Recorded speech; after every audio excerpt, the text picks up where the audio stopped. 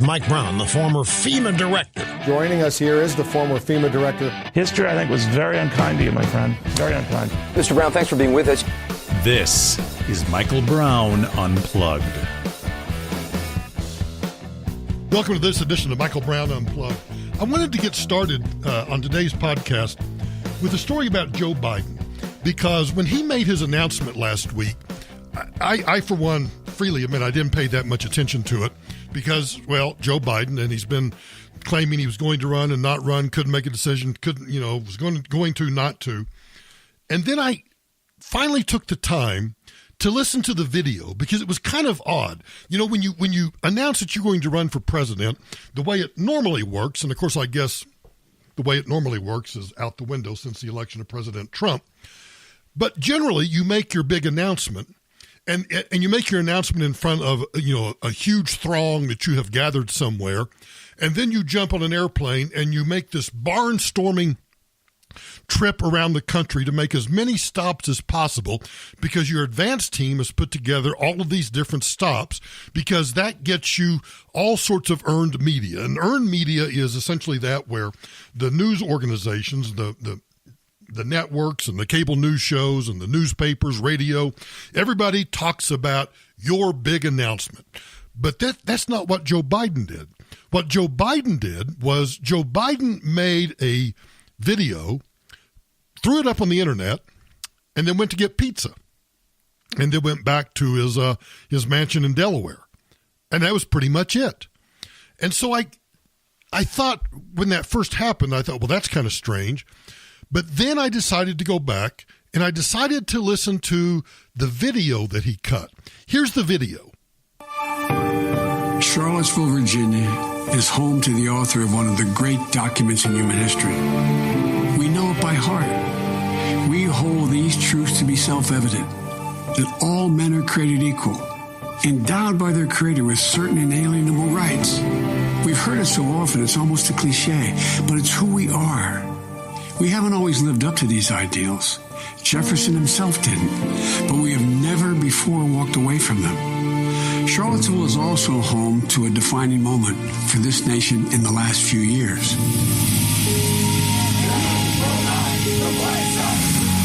It was there on August of 2017 we saw Klansmen and white supremacists and neo-Nazis come out in the open. Their crazed faces, illuminated by torches, veins bulging and bearing the fangs of racism, chanting the same anti-Semitic bile heard across Europe in the 30s. And they were met by a courageous group of Americans, and a violent clash ensued. And a brave young woman lost her life. And that's when we heard the words of the President of the United States that stunned the world and shocked the conscience of this nation. He said there were, quote, some very fine people on both sides. I want to pause it for just a moment because right there is the meme that has glued on to Donald Trump.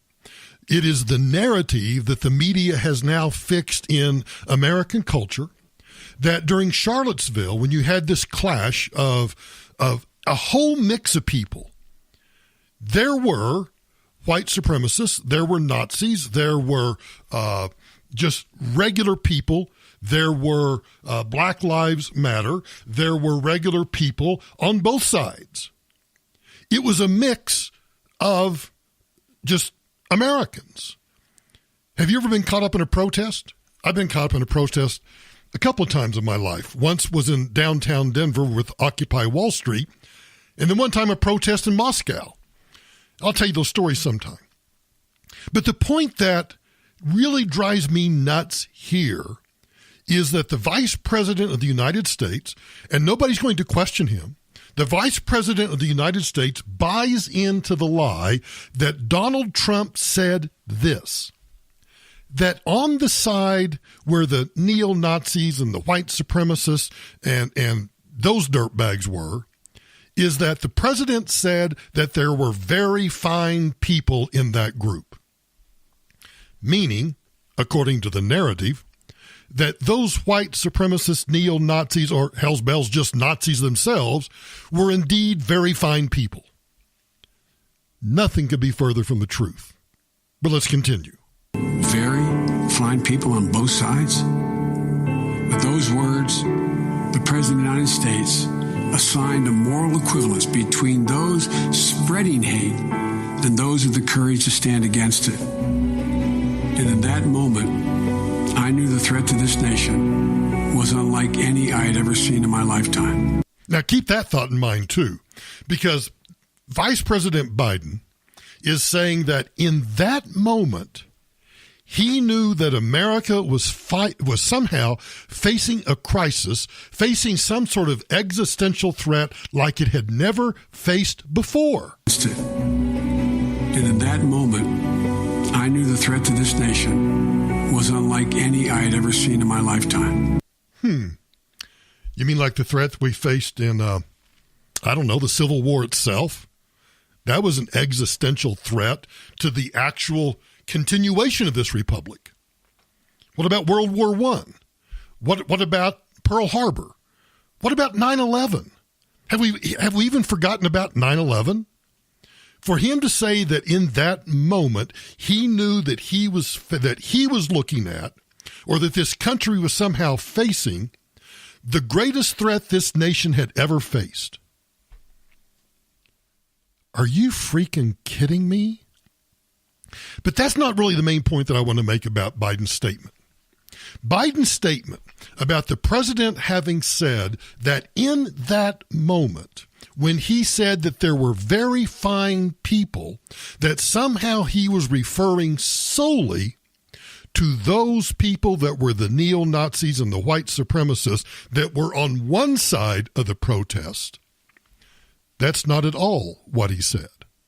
You know, the great thing about the internet, the great thing about the modern technology that we have is we don't just have the old encyclopedias. Does anybody even remember what an encyclopedia is? We now have YouTube. We've got the Wayback Machine. I mean, literally, we've got the Google Wayback Machine, where anything ever posted on the internet is still on the internet. We may despise Google. We may think Google's way too intrusive in our lives, but actually sometimes it does us some good. So let's go back in the Wayback Machine and let's listen to exactly what Donald Trump said. But you also had people that were very fine people on both sides. You had people in that group, excuse me, I saw the same pictures as you did. You had people in that group that were there to protest the taking down of, to them, a very, very important statue and the renaming of a park from Robert E. Lee to another name. So you know what? It's fine. You're changing history, you're changing culture, and you had people, and I'm not talking about the neo-Nazis and the white nationalists. Well, I'm not talking about the neo-Nazis and the white nationalists. In the quote, this is only about 60 seconds long. Just in that 60 seconds, how many times have you ever heard that particular part of the quote? Because they should be condemned totally. But you had many people in that group other than neo-Nazis and white nationalists, okay? You had many other people other than white nationalists and neo-Nazis. Let's go back because I really do want you to hear that portion that everybody seems to want to ignore, including the vice president. And you had people, and I'm not talking about the neo-Nazis and the white nationalists, because they should be condemned totally. But you had many people in that group other than neo-Nazis and white nationalists, okay? And the press has treated them absolutely unfairly. Now, in the other group also, you had some fine people, but you also had troublemakers, and you see them come with the black outfits and with the helmets and with the baseball bats. You had a lot of bad people.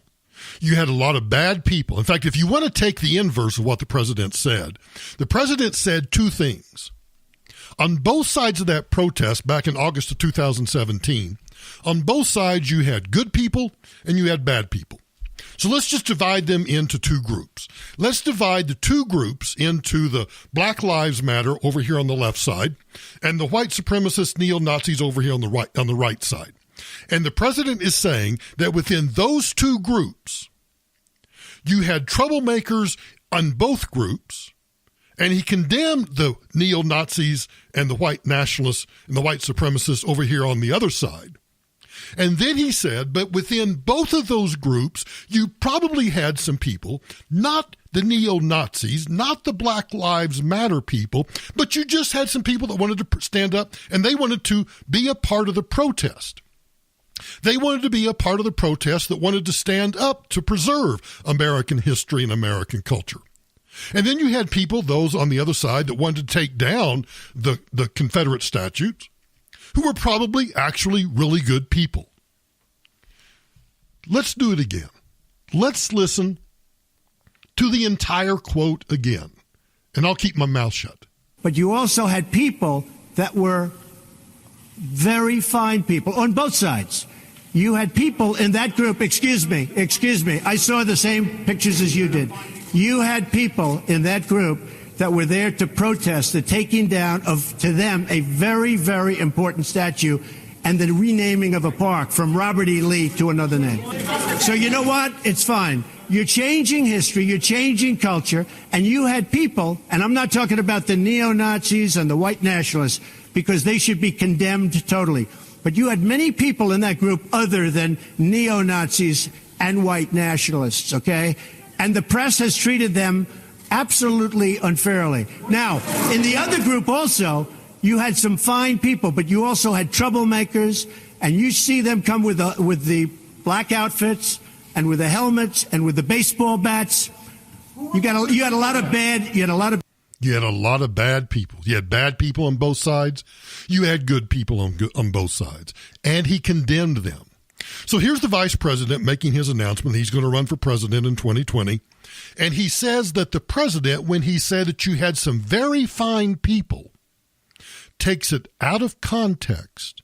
And not only takes it out of context, but then tries to just push the same meme down the path, tries to reinforce that meme, that the president was talking about the neo-Nazis and the white supremacists as being very fine people. Very disingenuous. Over the weekend, I was talking, and I haven't seen the movie yet, but I was able to find some clips from it. You know, and for those of you who don't know, Spike Lee and I got to be somewhat friends during, well, I wouldn't say during, but after Hurricane Katrina. Spike Lee and I got to know each other fairly well.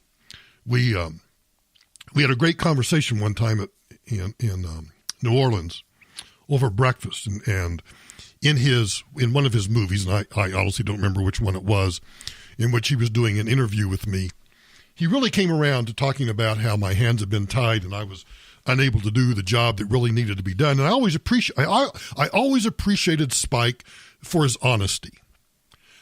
But in talking to some friends over the weekend who had seen Black Klansman, now if you don't know about the movie, Black Klansman, just a very short description of it, is about a cop in Colorado Springs that infiltrated the Klan, a black man who infiltrated the Klan.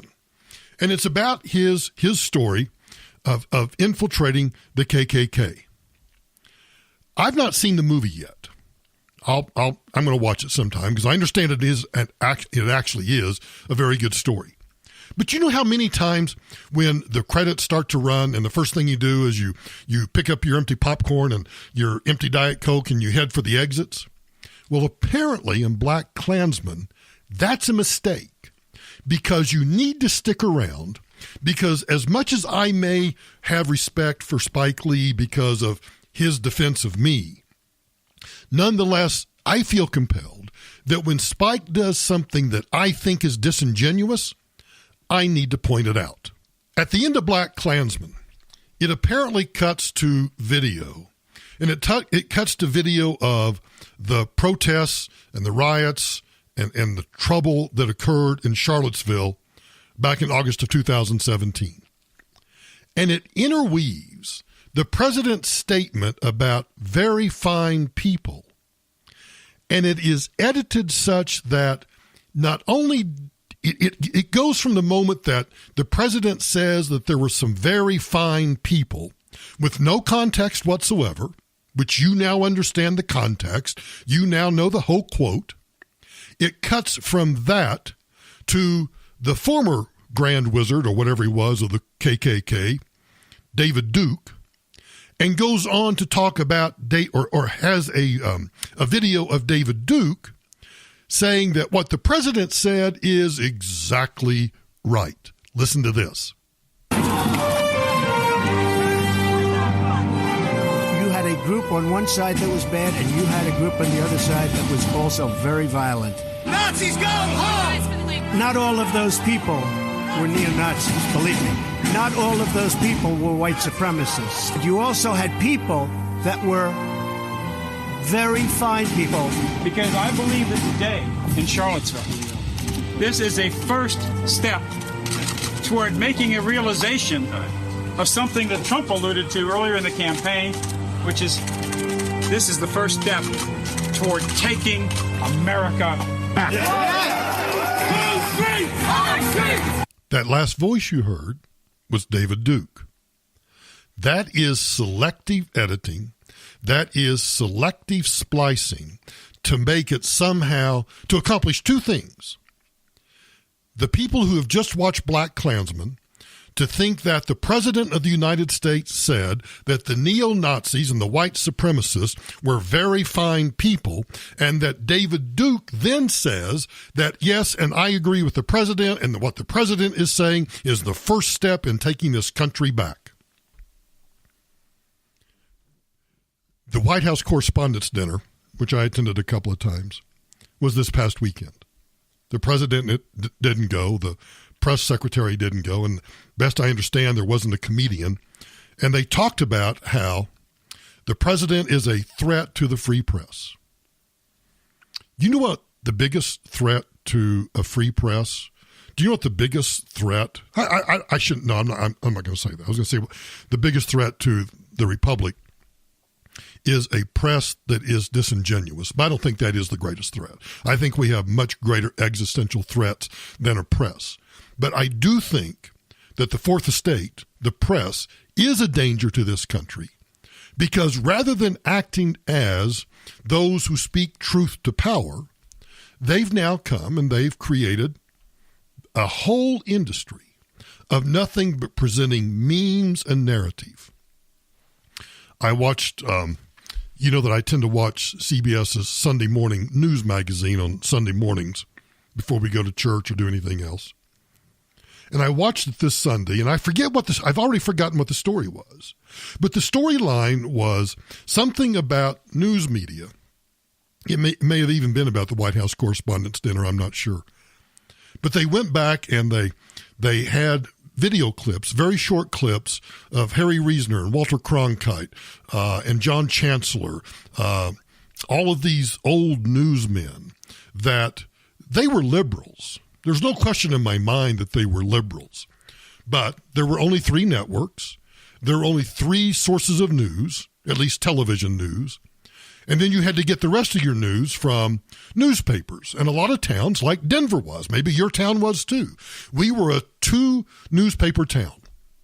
The Rocky Mountain News, which tended to be, at least on the editorial pages, and generally conservative, and the Denver Post, on the editorial page and otherwise generally liberal. And so you were able to be a really good consumer of news. And if you were like me and you read, every morning you woke up and I was reading the Wall Street Journal and I was reading the Daily Camera in Boulder, Colorado. I was reading the Denver Post and the Rocky Mountain News, and I was getting a wide range. I could see one story in 3 or 4 different newspapers, and I could see 3 or 4 different takes on the same story. I wanted to talk about Biden primarily because I wanted to point out that, one, his whole idea that somehow Donald Trump making a statement as an existential threat to the country really shows an ignorance. 2, that he is pushing a meme and a narrative that is an out lie. I was going to say a falsehood, but it's not a falsehood. It is an unadulterated lie, what the vice president did. And I just think somebody needs to point that out because nobody else is. Nobody's really giving the truth about those things anymore, and it actually drives me nuts. So if you hear about Biden and you hear about the white supremacists in Charlotte, you've now heard the full quote, and now you know what the rest of the story is. I don't think I can come up with a good segue for this next story because how do you talk? Well, actually, I do have a good segue for it. Because if Joe Biden is going to just out and out lie about what the president said, and if Spike Lee is going to slice and dice in the editing room to make everybody that watched the Black Klansman think that that the president and David Duke are somehow on the same page, then what you really need is a really good roll of toilet paper to wipe your butt from all of the feces that is being spread around that are the lies of those that want to somehow trick you into believing something is true that simply isn't true. Do you ever walk into somebody's house? And I am the first. I freely admit that I have, I guess I'm OCD about this. I got a little obsessive compulsive disorder when it comes to toilet paper. Because does your toilet paper hang under or over? Well, I think the appropriate way, and I would challenge you to prove me that this is wrong, but I think that toilet paper should be hanging over, right? I found this article. Should you fold or wad toilet paper? A physicist settles the debate for good. Here's what the story says. Occasionally doing research for articles leads me to question some of my core beliefs. For example, I thought it was normal to use the same towel for days on end, and just the other day I learned that my showering habits were all wrong. So what else am I doing? Turns out I'm wiping my own butt. I fold my toilet paper. Now, I've got to go back and find out about the towels because I don't know how often you use your towels, but I know that, well, Tamara does laundry pretty often, so I don't get to use the same towel more than maybe 2 or 3 times in a row. But I do know that we don't change towels every single day. Doesn't that drive you nuts in the hotels? You go to a hotel. I know this is a tangent. For those of you that are not accustomed to my radio program, you know that I sometimes go off on tangents. Well, this is a tangent. You know when you go to a hotel and you're paying $300 a night for a hotel room? I know it's not the Motel 6, but if you're paying $300 a night and then they put the little card in the bathroom that says, if you'd like to save the environment, be sure and put this card or hang your towel back over the shower curtain or do something and we won't wash your towel or your washcloths. Well, no, I'm paying $300 a night. I want fresh sheets and I want fresh towels, but I digress. Back to the story about toilet paper. I guess I've been doing this wrong my entire life too. I don't know how to wipe my own butt. Oh, here's the story. I fold my toilet paper, he writes. It's the most efficient and effective way to do it, especially as I work my way to becoming a one-wipe wonderkind. But it's also the subject of heated debate thanks to the internet. Some people wad their toilet paper into poop loofahs, a practice that seems uncivilized and wasteful. Your butt deserves a perfect square, and your pipes deserve way fewer sheets than what you're clogging them with. I never thought about clogging my pipes with toilet paper, but I guess I should. Arguments for wadding vary. Some people are too lazy to fold. Some don't have time to fold, they say. As for the folders, they say not being a psychopath is a compelling reason. More interesting is this. The purported abundance of surface area in a square, is that actually true? I need to talk to my physicist or my engineers about this. The purported abundance of surface area in a square. Even though this is him writing, not me. Even though I am an esteemed and highly respected journalist, I love being wrong and getting owned. Then you're not a highly respected journalist, because I thought all the journalists were determined that they were always right and they were never wrong, right? Mueller report, Russian collusion, but I digress. He writes, I love being wrong and getting owned. I once thought nothing could ever lead me to believe that wadding toilet paper into a ball is the optimal way to wipe. But I now know that nothing is sacred and I must reevaluate everything I ever held true.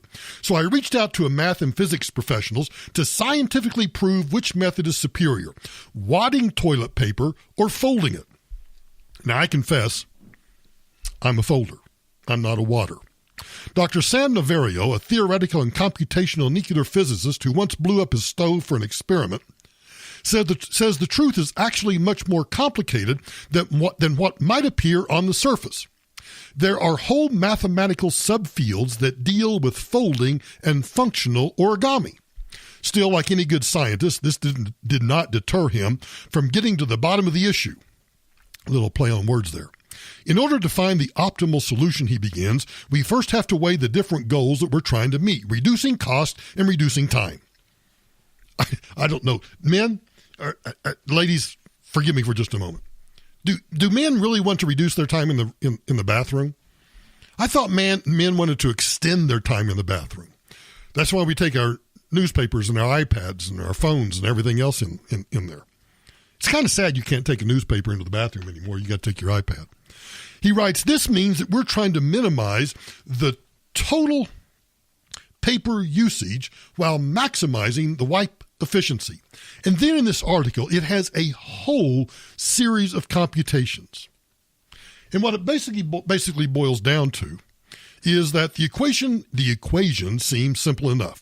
You want to get the most out of a single wipe and use less toilet paper. But this is also where things get complicated, says the professor. We can try to minimize toilet paper usage by reducing the paper per wipe, but this immediately calls the wipe efficiency and integrity into question.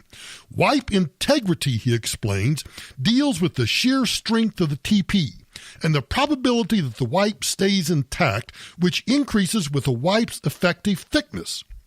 So what began as a simple matter of getting more poop per square now becomes a problem of probability and integrity thresholds. And the bottom line apparently is, don't fold, wad. You want the no, you don't want the formula because I have no idea what it means. Toilet paper equals toilet paper per wipe. And that's equals the number of wipes. And then there's anyway, it's like TPPW equals A times F, and then E equals a total waste over E, which is waste per wipe. I don't know what it is. Only in America, there are so many problems in the world, but only in America do we really actually concern ourselves with whether or not it's more efficient to fold your toilet paper or to wad your toilet paper. Yeah, send me an email. Let me know which way you go. At least in this country, we have toilet paper, unlike places like Venezuela. When rolling blackouts once again left millions without water and electricity earlier this month in Venezuela, President Maduro called not on his military, but on loyal armed groups, quote, to defend the peace of every neighborhood and every block. The groups are widely known as collectivos, and they took up the call with zeal. What this story is really about, it's really about how the citizens of Venezuela are unable to defend themselves. But Maduro, using, let's just call them what they are, gangs, armed gangs, they are an operating arm of the state. Working class communities in Caracas and across the country fear taking to the streets could actually cost them their food handouts or even their lives. That's because the collectivos run entire apartment blocks and neighborhoods as criminal empires. You see what happens when you disarm a population? The old saying that if you outlaw guns, if you outlaw guns, then only outlaws will have guns. Venezuela is proof positive of that. In some areas, de facto authorities levy tolls for those entering or leaving neighborhoods, and they control the distribution of food and medicine, according to a Latin American investigative unit, Insight Crime. The government is increasingly relying on the unwavering loyalty of these irregular paramilitary groups to deal with the public heavy-handedly rather than the military, which could potentially disobey uncomfortable orders and cause a government-military rupture. So the old saw that an armed population can keep a tyrannical government at bay. We only have to look south to Caracas. We only have to look south to what's going on in Venezuela to see a prime example of exactly how that works. So the people don't have any weapons. They're subjected solely. I mean, these are like the Nazi brown shirts. They are subjected to the whim of the collectivos, who enforce entry, egress, and ingress into neighborhoods. They control who gets food and who doesn't get food. And what does that do for Maduro? That keeps the military at bay so that the military doesn't rupture, or so that the military doesn't revolt against what? Unconstitutional, unlawful, or orders where they refuse to fire on their own people. You wonder why I'm so fanatical about the Second Amendment? The Second Amendment is not about hunting. It is not about shooting. The Second Amendment is indeed about exactly what is going on in Venezuela. And when the people aren't armed, and you use these armed thugs to enforce your rules, bypassing the military, it shows what happens when people cannot defend themselves. That's why we have the Second Amendment. Not so you can go hunting, not so you can go target shooting, not just for self-defense, but the real reason, because self-defense, remember, self-defense is a natural God-given law. The Second Amendment enshrines that God-given natural law to help us prevent a tyrannical government from ever doing what Maduro is doing in Venezuela. Never forget that. Speaking of the rule of law, we were having lunch over the weekend with some friends, and our daughter was there, and she went to school in San Francisco, and her husband's mother lives in Seattle, and he had just been back, and he was talking about how extraordinary the homeless problem is in Seattle. And you've heard me talk about the last time I was in Los Angeles. I was going to my favorite Mexican restaurant, which is just south of downtown. And as I had left a parking garage to walk to this particular Mexican restaurant, I was astonished at the homeless camps that have just sprung up everywhere. Now, there's always been homeless people in Los Angeles, but it has gotten so much worse than I ever had seen it before. So we were having this conversation, and I ran across this story about how apparently in California they have started enacting, both at the municipal level, county level, and I think they're trying to do it at the state level, laws where prosecutors are exercising their prosecutorial discretion, where they're not going to enforce certain property laws, so that if I decide that I'm hungry enough that I need to go steal something, that is a crime of need. Think about that. That's the new lexicon. A crime of need. And so these prosecutors have decided that they're not going to prosecute crimes of need. Here's the story of what they're going to do in Dallas. When it comes to rolling out his new policy for justice reform in Dallas County, DA John Creuzot makes no apologies. We have an overcriminalization of America, and it starts with poor people and people of color. And we know that. Everybody knows it. Stop. I do believe we have a problem of overcriminalization. We criminalize everything. We no longer have this idea. It's called mens rea. You have to have this intent. You have to have knowledge that you are committing a crime, and you have to have the intent to commit a crime. And we're slowly, well, I wouldn't say slowly, I think we're rapidly doing away with that. And the story out of Dallas, where he talks about overcriminalization, is a great way to set his argument up, even though it falls apart as we continue the story. Everybody says we're going to do something about it, but nobody ever does anything about it, and so that's why I'm acting. Council members listened as the DA outlined his plans to eliminate prosecution of certain low-level crimes, including marijuana offenses. Now, I don't care about the marijuana offenses. if you want to not enforce the marijuana possession laws in your county or your city, I mean, that's fine. I mean, we've legalized marijuana in Colorado, and I have to tell you, and I'm sure that some of you would disagree, but I can tell you I don't see that it has destroyed the state. The state's destroyed itself in a lot of other ways, but I don't think marijuana had a lot to do with it. And theft of personal items worth less than $750.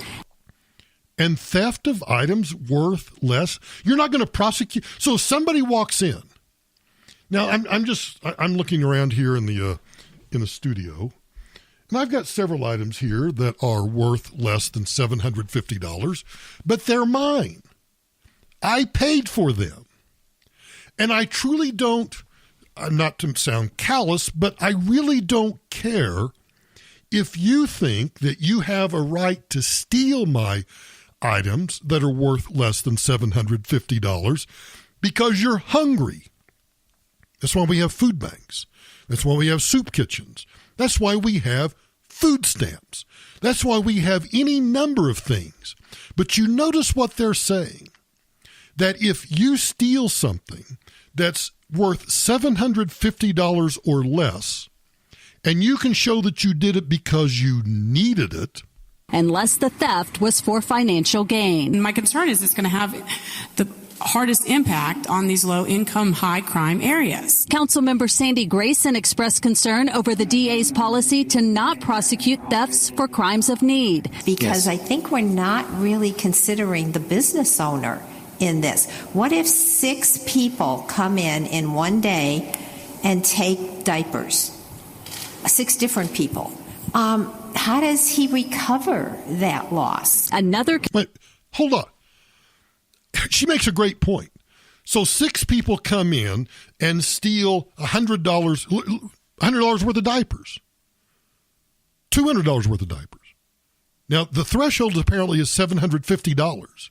So you could go in and you could steal $700 worth of diapers and claim that you can't afford diapers, so your shoplifting of $700 worth of or $749.99 worth of diapers would be considered a crime of need and therefore wouldn't be prosecuted. That's insanity. Utter insanity. Concern, the DA's plan to cut back on prosecuting crimes of trespassing and panhandling. That is killing Pleasant Grove, killing us. Councilmember Kevin Felder says he believes the DA is on the right track. I support what you're doing because Dallas has one of the highest concentrations of poverty in the nation. So poverty in America is now an excuse to steal and take what is not lawfully yours, and you won't be prosecuted for it. The rule of law? I've had arguments with listeners and followers about whether the rule of law still exists in the United States. I would say that if this becomes true in more and more communities around the country, and you can now commit crimes of need, and the need is under $750 and you won't be prosecuted, you've just opened a Pandora's box that destroys the rule of law, destroys the fabric of civilization, and says that what is your property, your inventory. It reminds me of that shop owner in Ferguson, Missouri, where the dirtbag Michael Brown ended up stealing. He was stealing Tipperellos from a shop owner and then refused to put his hands down, refused to get on the ground, started charging Sergeant Darren Wilson, ended up legitimately getting shot and killed by a law enforcement officer. Was that a crime of need? He needed those Tipperellos. He couldn't afford them. Lawlessness. We are seeing what progressive leftist thinking is doing to this country. It is destroying, if not already destroyed, the rule of law. And now we have a crime of need. If you can have a crime of need, you can have thought crimes too, just like hate crimes. So I think hate crimes are wrong. wrong in the sense that you shouldn't have hate crimes, because if you commit a murder, it doesn't make any difference whether you did it out of hatred or not. You committed a murder. You committed assault and battery. It doesn't make any difference whether you did it with hatred in your heart. You committed assault and battery. If you steal somebody's car, it doesn't make any difference whether you did it out of need or no need. You stole somebody else's property. This is insanity. This is utter insanity. A crime of need, just like a hate crime or a thought crime. So the next time you think you need something, you need to buy something that's worth $500, go to Dallas. Just tell them you really needed it. Yeah, you won't get prosecuted. In fact, we might just make a list of things that everybody needs, and we'll go to Dallas and we'll just show how stupid these laws are. We'll get a caravan. Yeah, we'll get a caravan. We'll go to Dallas, Texas, and we'll just go hit a bunch of convenience stores, and we'll all steal less than $750 worth of goods, and then just prove that they were crimes of need, that we needed those things. Which is going to be interesting, because who determines the need, and who determines whether or not? I mean, it's utter insanity. It is utter insanity. You know, as long as we're on the idea of lawlessness. How about this? Kamala Harris was at a town hall. We're going to have a bazillion town halls between now and November 2020.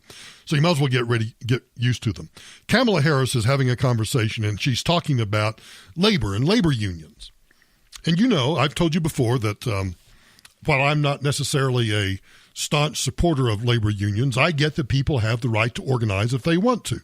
But I also get that states that enact right-to-work laws where you don't have to join the union, those are state law issues. And that states that pass those tend to be much more prosperous, which is why I wish Colorado would adopt a right-to-work law, and I wish that we would kind of understand the economic benefits of doing that. But that's not the point of what Kamala Harris talks about. Kamala Harris talks about the right-to-work states, and she says something. Now, remember, she's a prosecutor. She was the Attorney General of the state of California. She's now a United States Senator, and now she wants to run for president. She said this. There is still so much work to be done, and the barriers to organized labor, being able to organize and strike, are something that have grown over a period of time, and we need to address that. And we need to address that both through legislation, but also through the bully pulpit that comes with the President of the United States to speak up about the need and the right that workers have to be able to organize and to fight for their rights. So generally speaking, that's how I think about it. And it has to, so let's be more specific. It has to be about, for example, banning right-to-work laws. Let's just pause a moment. She wants to ban right-to-work laws. Now, I think right-to-work laws, those are state rights issues. Those are issues determined state by state, not at the national level.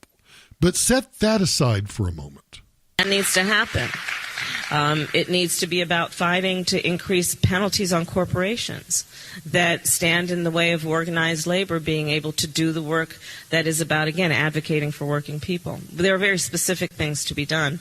It is for any president of the United States responsibility of understanding the power of the executive as it relates to various federal agencies that have an impact on these issues. And that is not only the Department of Labor, it's Department of Commerce, it's HHS, and having a president who uses her executive authority in a way that is about fighting for working people and making sure that barriers are not in place that prevent working people from doing the advocacy they need to do to fight for meaningful wages and benefits and workplace safety. Let me interpret that for you. She wants to use an executive order. She wants to use her executive authority vis-a-vis the Department of Commerce, Health and Human Services, the Department of Labor, whatever it might be. She wants to use executive orders to ban right-to-work statutes. You talk about an ever-growing federal government. This is the kind, and of course, Barack Obama was the master at using executive orders to accomplish what he could not accomplish legislatively. And I I strongly advocate for Congress exercising its oversight authority, and when a president does something via executive order that is the prerogative of the Congress, which is the Article 1 branch of government that makes the laws, the presidency is where those laws are executed. But we have, in Kamala Harris, and quite frankly in almost every Democrat running for president, this idea that they can use their executive power to accomplish either what they can't accomplish legislative at the federal level or to somehow impose unconstitutionally their vision of what states should and should not be able to do. Kamala Harris knows better. She's a lawyer, but I guess that doesn't really mean anything in terms of knowing better. Right to work laws, prerogative of the state. Stepping in as president and issuing an executive order to ban those, I think blatantly unconstitutional and a blatant abuse of power.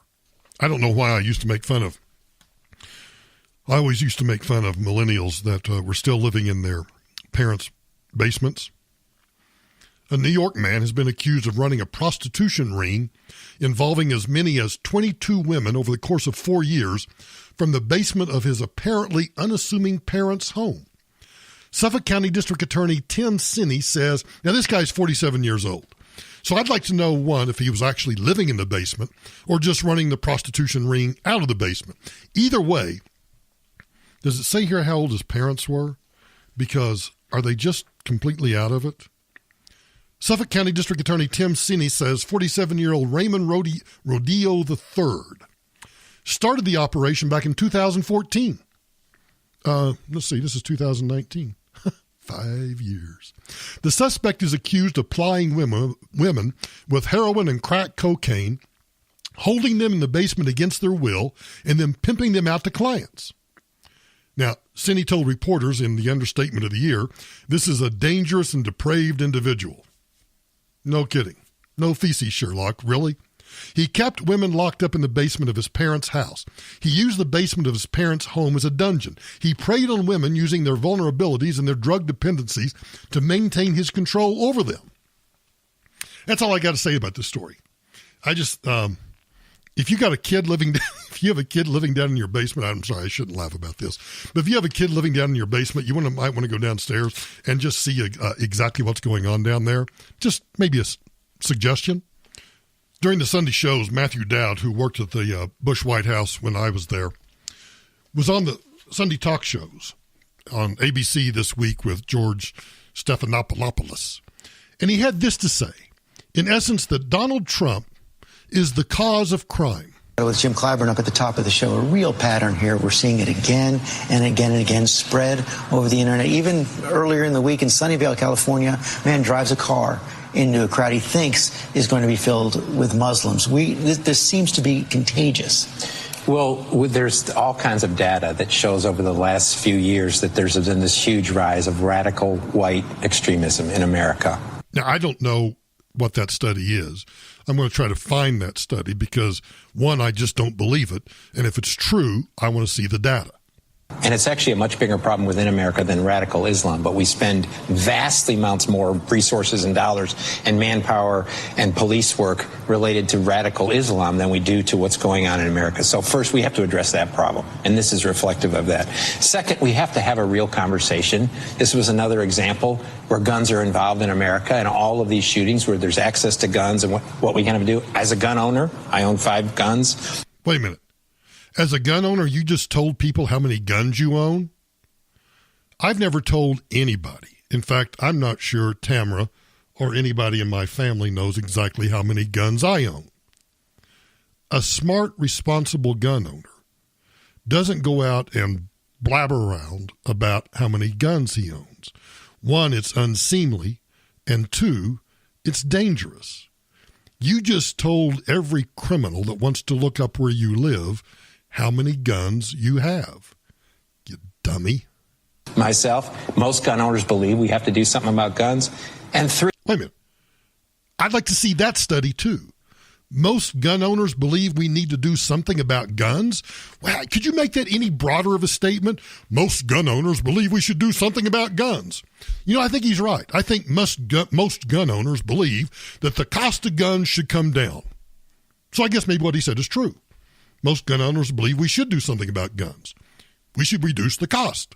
I think the president needs to at some point look in the mirror and understand that the rhetoric, the words he uses in all of this inflame this big part of what's going on in America, give permission to the most craziest people in America. Not that the president's responsible, but his rhetoric adds to that, and he needs to reflect on that because... Time out. You notice how he backed himself into a corner and then tried to escape. Back it up. Let's listen to this again because I think this is important. America, give permission to the most craziest people in America. Not that... Give permission to the most craziest people in America? This is the abdication of personal responsibility. This is the idea of nut jobs like Matthew Dowd, who somehow believe that the president of the United States, that there is a causal link between the president's words and people who decide to go out and commit a crime. How about we finally come to the realization and the acceptance that people that commit crimes make that choice? Nobody tells them to go do it. Well, unless somebody puts a gun to your head, and, unless it's one of those situations where you're forced to do something. The president of the United States is not giving permission. But notice how he backs up. The president's responsible, but his rhetoric adds to that, and he needs to reflect on that because the days now that we're having these shootings, not only in public places and in concerts and in places where parties are, we're having them in synagogues and mosques and Christian churches. Yes. And we always have, and we always will. And I don't say that to be a fatalist. I say that to be a realist. Isn't it interesting that in countries where there is massive gun control, massive control of the population, you still have crime? If just having government control, if government just took away all the weapons and was able to control the population, there would be no crime in China. There would be no crime in Cuba. There would be no crime in Russia, China, Brazil. There would be no crime in Sri Lanka. There would not be any sort of improvised explosive devices going off in Christian churches on Easter or in hotels on Easter in Sri Lanka. Somehow this idea that Matthew Dowd thinks that government somehow exercising more and more control over the population is going to reduce crime is ignorant of what's going on around the world. But that's the dumbassery that appears on the Sunday morning news shows, which is, of course, why I tend to not watch them very often. I feel remiss in that I haven't used an Alexandria Ocasio-Cortez soundbite in a long time. So let's listen to what AOC had to say over the weekend about undocumented workers, or I guess just undocumented individuals. She, too, was at some sort of town hall. I think this was in Brooklyn. And she said this. And so that is the current status of our legal documented path. It is completely unjust. And so the whole legal system right now and the way that the president is choosing to administer and grind all of the agencies to a halt that process legal forms of immigration is forcing people into the shadows, and he is creating undocumented populations in the United States. And then they're being targeted and their rights are being violated. So that's what's actually going on. And so, especially in this moment, first of all, I believe in human rights. I don't care. I don't care if you're documented. I don't care if you're undocumented. I don't care if you're out here. I don't care if you're in Rikers. I believe in your fundamental human rights. Fundamental human rights. Well, I believe in fundamental human rights too, but I don't believe that what she originally started out saying is true. Let's back up the tape. What did she say when she started talking about the president? administer and grind all of the agencies to a halt that process legal forms of immigration is forcing people into the shadows, and he is creating undocumented populations in the United States. Oh, so because the president is enforcing the law as it's written, he's creating undocumented workers. He's created undocumented people by enforcing the law. Again, another example of, guess what we need to do is just we need to quit enforcing the law, and we just need to just open the borders and just let anybody that wants to come in, come in. You know what she does is she totally ignores the fact that the way the laws are written, if you want to apply or claim asylum, you get to claim asylum in this country. So that you walk across the border, you walk up to a Customs and Border agent, and you say, I want to claim asylum. They have no option at that point but now to process your claim of asylum. And that takes months, if not years, to do. So the courts are clogged because Congress won't appropriate enough money for more administrative law judges, more immigration judges. They won't appropriate any more money and they won't change the asylum laws. How about having people from Guatemala, Honduras, El Salvador, or whatever S-hole country it is they come from? How about you apply for asylum in that country? That you go to the American embassy, you walk in, you say you want to apply for asylum, you give them all the details, we process that in that country, and then if you are granted asylum, then you get to come into the United States. We do it back-assward. What we do is we let them come in, make the claim for asylum, and then because we don't have the manpower to process those claims, we release them into the wild. And they go from Juarez, or they go from Tijuana, or wherever it might be, and they go to Detroit, they go to San Francisco, they go to L.A., they go to Denver, they go to wherever they go. And then they never show back up for their court hearing again. That is not forcing them to be undocumented. Once they refuse to come back or fail to come back for their court hearing, they have made the election to be undocumented. But I wouldn't expect AOC to understand that, because all AOC cares about is human rights.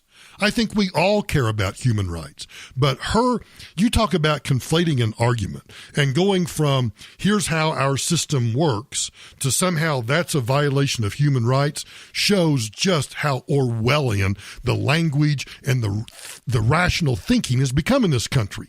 We're insane what we're doing to ourselves. But as long as we're talking about insanity and what we're doing to ourselves, here's the headline. This mother ate her baby's poop, admitted that it tasted sweet. I don't make this stuff up. For those of you that might be listening to this podcast for the first time and you haven't heard me on the radio, this is pretty standard fare for me. I like to point out that there are a lot of things going on in the world that you're never going to hear in the news. A mother definitely had an old feces moment after changing her son's diaper and eating some poop.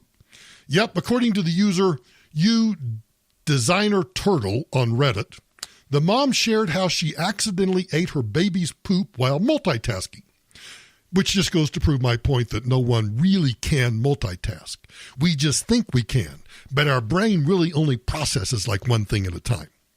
The mother was running late for an appointment, so she was trying to clean up her son and change him as quickly as possible. The mother explained how when she's in a rush, she usually has one hand free, so she rips the wipes apart with her teeth to separate them.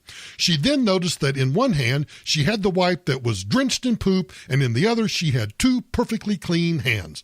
Blaming her mix-up on sleep deprivation, the mother shoved the S-covered wipe in her mouth and bit down hard as poop deliciously filled her mouth. I really don't have any idea why this mother would put any type of one of those wipes. Go get a wipe. I don't care whether it's scented or unscented. Go get one of those baby wipes. Stick it in your mouth. Just clench it with your teeth. I have not tried it. I want you to try it. I'm not going to do it. The mom went on to explain that she immediately spit out the wipe, rinsed her mouth out with all the mouthwash she could find in the home. How did she finish the post? She explained how sometimes no one warns you about the nasty stuff that you'll go through in parenthood. like accidentally eating your little one's poop. Of course, many people were absolutely disgusted by the mom's story, especially after she revealed how it tasted, admitting, quote, "It tastes exactly like it smells, except surprisingly sweet, too." Do you want me to repeat that? She said on Reddit, "It tastes exactly like it smells, except surprisingly sweet, too." Now, I don't know about you, but that kind of grossed the heck out of me and makes me kind of wonder how sleep-deprived this mother really was, or if she's just bat-crap crazy. But although the mother suffered this terrible, terrible tragedy, apparently, I guess it's common for other mothers to eat baby poop. Several users on Reddit wrote back to the mother saying that accidents like these do happen and she wasn't alone. So apparently, there are a lot of mothers out there that are trying to multitask, that are sleep deprived, that makes, I don't know, are you somehow sticking the wrong wipe in their mouth? You know, once you've raised I've always said that once you've raised a baby, nothing phases you anymore. So if that story bothers you, clearly you've never raised a child. Thanks for listening to the podcast today. I would remind you that I would really appreciate it if you would follow us. The best way to follow the program is to go to my website, michaelbrowntoday.com, michaelbrowntoday.com. And you'll see over there in the corner the little button to listen on Spreaker. I would appreciate you following us on Spreaker. I would appreciate you across the bottom at michaelbrowntoday.com or all the social media sites, LinkedIn, Instagram, Twitter, Facebook. What am I leaving out? All the places where you can follow me, and I'd appreciate you doing that also. And I'd also like to tell everybody that we are now up on Spotify.